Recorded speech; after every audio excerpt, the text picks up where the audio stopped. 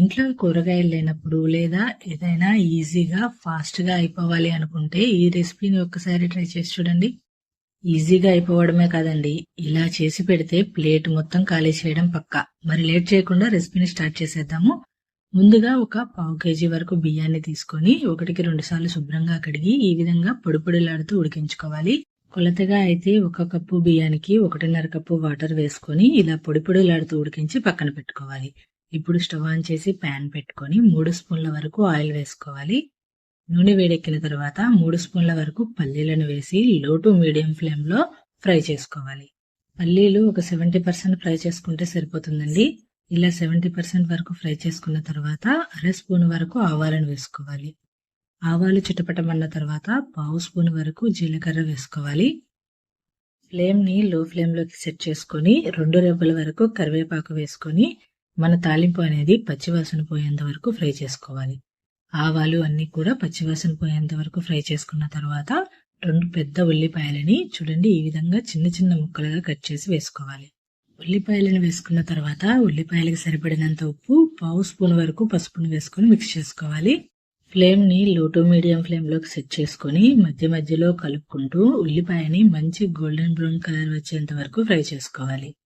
మనం చేసుకుంటున్న ఆనియన్ రైస్కి కేవలం ఆనియన్ ఒకటి సరిపోతుందండి. ఎటువంటి కూరగాయలు కూడా అవసరం లేదు.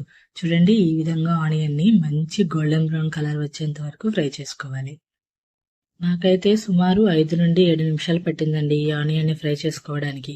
ఇలా ఫ్రై చేసుకున్న తర్వాత ఉడికించి పక్కన పెట్టుకున్న రైస్ని వేసుకోవాలి. మనం ఇంట్లో రెగ్యులర్గా ఏ బియ్యాన్ని అయితే యూస్ చేస్తామో ఆ రైస్ని తీసుకుంటే సరిపోతుందండి. పెద్దవాళ్ళకైతే మనం చేసుకుంటున్న ఆనియన్ రైస్ అనేది ఒక ఇద్దరికి పర్ఫెక్ట్గా సరిపోతుందండి. అలానే 1 స్పూన్ వరకు ధనియాల పొడి, మన రైస్కి సరిపడినంత సాల్ట్ వేసుకోవాలి. అలానే ఒక చిటికెడు వరకు పసుపును వేసుకోవాలి. మనం ఆల్రెడీ ఆనియన్ ఫ్రై చేసేటప్పుడు పసుపును వేసుకున్నాం కదా, సో ఈ స్టేజ్లో కొద్దిగా పసుపు వేస్తే సరిపోతుంది.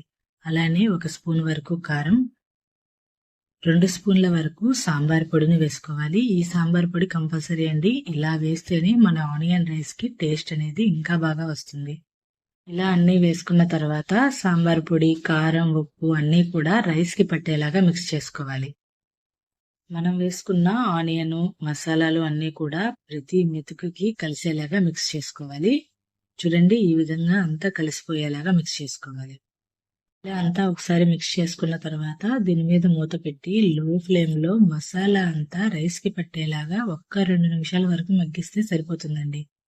2 నిమిషాల తర్వాత మసాలా అంతా రైస్కి పట్టిందో లేదో చూద్దాము. చెప్తే నమ్మరు కానీ ఇలా మూత తీసి కలుపుతూ ఉంటే ఆ వాసనకి నోట్లో నీళ్లూరాయంటే నమ్మండి, టేస్ట్ అయితే అంత బాగుందండి. ఇలా కలుపుతూ ఉంటేనే తినాలనిపించేస్తుంది కదండి. మరి మీరు కూడా ఈ రెసిపీని తప్పకుండా ఒకసారి ట్రై చేయండి. ఇంట్లో ఎటువంటి కూరగాయలు లేనప్పుడు లేదా ఏదైనా కారంగా తినాలనిపించినప్పుడు ఈ రైస్ని ట్రై చేసి చూడండి. ఒక్క ముద్ద కూడా మిగిల్చకుండా ప్లేట్ మొత్తం ఖాళీ చేస్తారు. మరి రెసిపీని ట్రై చేస్తారు కదా, ట్రై చేసి ఎలా వచ్చిందో నాతో షేర్ చేసుకోండి.